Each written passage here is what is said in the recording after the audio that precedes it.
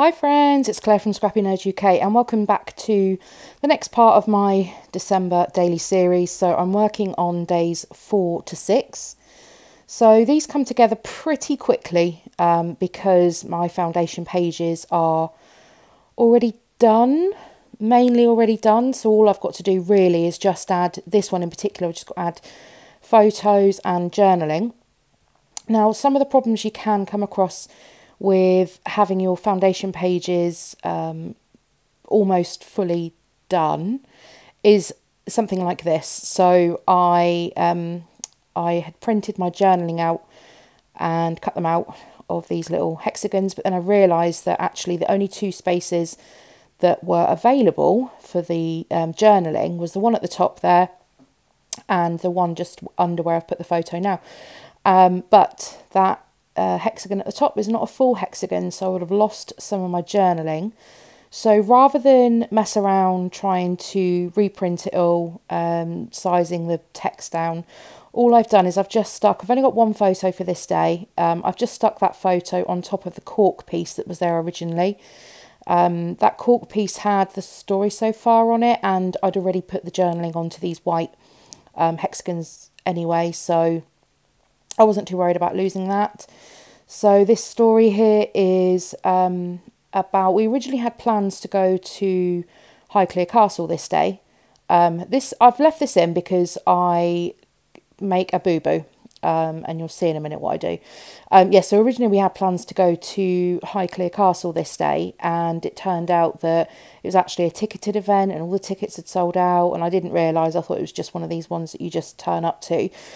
So our plans changed for this day, so instead we actually stayed in and we just watched some Christmas films whilst chilling out on the sofa. So although I'd originally planned for one thing, and I'd had these little hexagons and I also had a 6x8 page protector in there as well, ready for a full photo. I just took that page protector out and just had one little hexagon photo on here instead for my day. So this is where I make a boo-boo. So I'm going to add some of this red pom-pom trim, and I add it on to the acetate, which is fine. However, I then realised that this acetate piece doesn't go straight into the album. It actually goes into a page protector. So I just used some red line tape. I know a few people have asked how I actually attach my pom-pom trim. I use red line tape. That's a really skinny one. I don't know what the width is, I'm sorry. So that's, yeah, I've just used that tape and it stays on. And same from previous years, I've not had any problem with the trim falling off using red line tape. And you can't really see it through that acetate either. You can see it a little bit, but it doesn't bother me. But it will end up getting moved anyway in a second. So I'm just going to use that spare hexagon at the top there to add some of these gold alphas. So these feature on my numbers throughout the album, and I'm trying to use up some of the letters as well. So having sort of a little subtitle, if you can call it that, for the day. So this one is just going to be chill, because that's exactly what we ended up doing.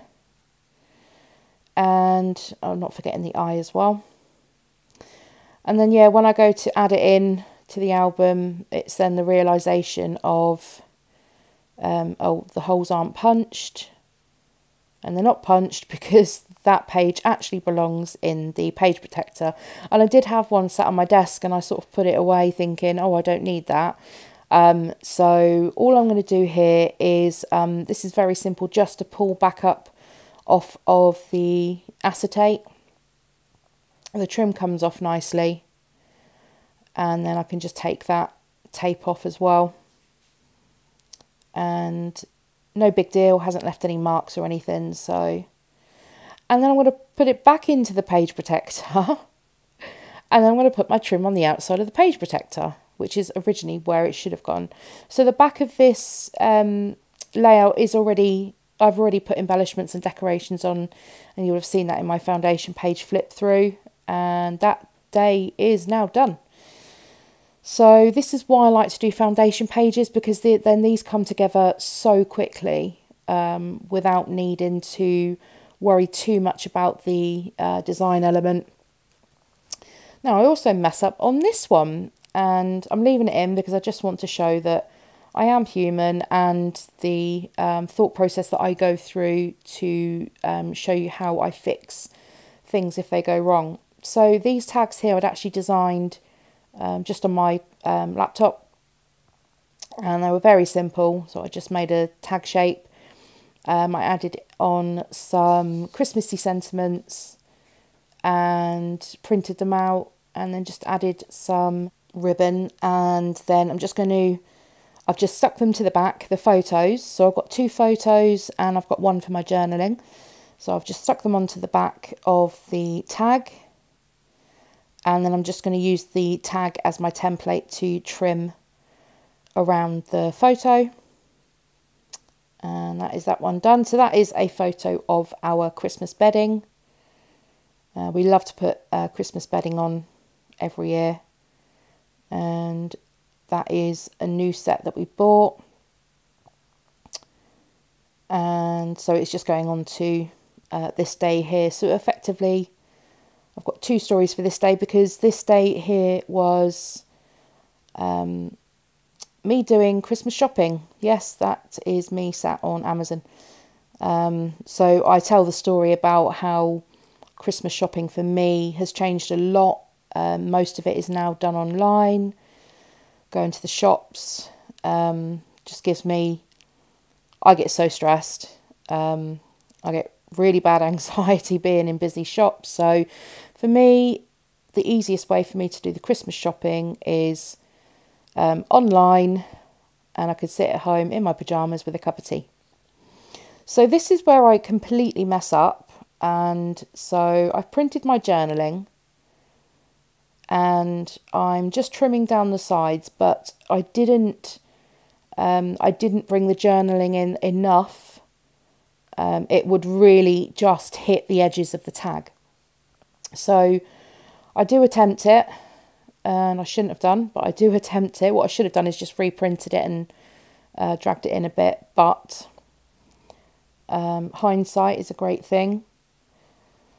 So, just changing tape runners there. So yeah, I'll go ahead and put this down on the tag, and then I soon realised that once I trim the journaling piece, that I'm going to lose some of the words, and I'm going to end up losing sort of half of the words on the edge. So I think, all right, I'll quickly just pull this back up, but that tape runner is super sticky. And I end up tearing the tag, and it's just an absolute mess.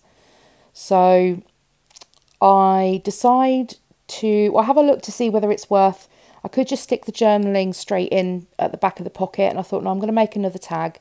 But all I'm going to do is, rather than going to my computer and printing off the ones that I'd made, I'm just going to back this journaling with some pattern paper that will coordinate. Everything that I have for my kit already coordinates, because I have been very strict on the colours that I'm using in my album this year. So I'm just using this. I think this is My Mind's Eye, and it's white with gold stars on the back. So I'm just going to use that to back my journaling, and then I'm just going to use the tag to help me trim out the tag shape at the top. So this journaling tag is slightly wider, ever so slightly wider than the others, and that's because of how I printed it. But once they're all in the pocket together, then it's not really noticeable. So that is my third one done. And then next I need to pop some ribbon. So I go to my stash and I find this white and red one, so I decide to go with that one. And I staple that on to the tag and just trim out those tag ends as well.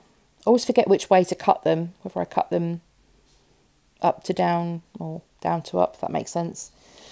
So next up I want to add just a few embellishments onto these tags. So I've got these Pink Fresh puffy stickers, and I've got a nice big white area on the journaling tag, and I've got this puffy sticker here that says December Story. So that is going to make it on to that tag. I was slightly worried about it falling off, so I do pop a staple through it to make sure it stays on the tag. There we go, you just see me doing it there. And then I add a puffy sticker to this 'Tis the Season. I think I'll go with a little house, only because I'm at home doing my online shopping. And then this final one here that says Merry and Bright, I just add a couple of stars from the same puffy sticker sheet. And then those are going to be staggered in the pocket. And I think I've changed, yeah, so I put the journaling at the front, and then my photos are on the tags behind. And then that will go into my album, and that is day 5 complete. So it's fairly quick, fairly easy.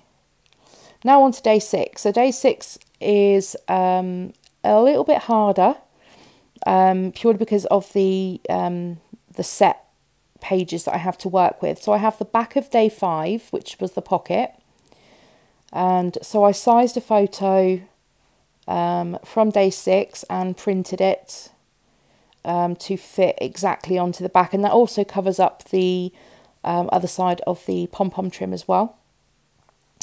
Then I had a ticket, so we went to Blenheim Palace this day to go and do the illuminated trail, they call it, and it's just a whole load of lights in at Blenheim Palace, like I think you call it a stately house. I think that's what it's referred to as.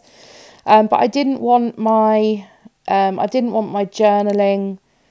My journaling wouldn't fit on the other half that I've got for day 6, and I didn't want another insert. And then I think Ali Edwards has done this year, and my friend Zoe, I was actually FaceTiming at the time that I was doing this, said how about hiding it behind the photo. So I've had to cut into my friend's face ever so slightly to get this to fit, but it works. So I've just used a scalpel craft knife thing to cut into my photo, and I've just made it wide enough so my journaling fits. And then what I've done is I've scaled my journaling to fit the same size as the ticket, and then I have backed it onto the back of the ticket, so I've got the ticket one side and the journaling the other. And then I'm just going to trim this out because I've got all the perforation on the ticket, so I'm just going to trim that out until it's, because I don't want anything catching when you're trying to pull it in and out. So that's now all tidy, and then I'm using one of these Avery tabs for the pull-up, and so I'm just going to centre that on top. I did leave myself some space to add another embellishment on the top of that journaling, and I've just thinking about it now, I forgot to do that, so I might go and add a puffy sticker or something on to just above the journaling. But it is what it is for the minute. So I'm just going to now stick this down. I'm just going to use some red line tape. I want this stuck nicely, and I'm using red line because I know that part of that is going to be stuck onto the trim for that pom-pom on the side. So I just decide to use this, and it's nice and thin as well. So I'm just going to go all the way around, and then I'm also going to almost give my where my journaling comes down, I want that blocked off as well, because I don't want it sort of moving around. So that has created a definite pocket for the journaling to sit in. And then just pulling off this red line tape, because you haven't seen me do that before, right? Do let me know in the comments actually if you have where you're at with your December daily. I have I've been through so many different times of finishing my December daily. So last year I had it finished, I think, in the first couple of days of January. I kept up with it all month. The year before, did I do? Yeah, I did December daily. No, the year before I don't think we did, because I don't think I did, because I think we were away, and most of the photos would have ended up in my travel album anyway. So I don't think I did. But the year before that, I didn't finish it until sort of mid-July. This should be finished by the end of January. There shouldn't be an issue with that. But we were just so busy in December that I couldn't find the time, or I was so exhausted to really go in my room every day. And that's okay. Whatever you choose to do is totally fine. So I have no panic because I have my foundation pages done. So let me know in the comments where you're at, if you've attempted it this year, how successful you've been. Oh, it's not about being successful. You can finish it whenever, whenever's, you know, you have time. But let me know if you've finished yours already. Be interesting to know where everybody else is at.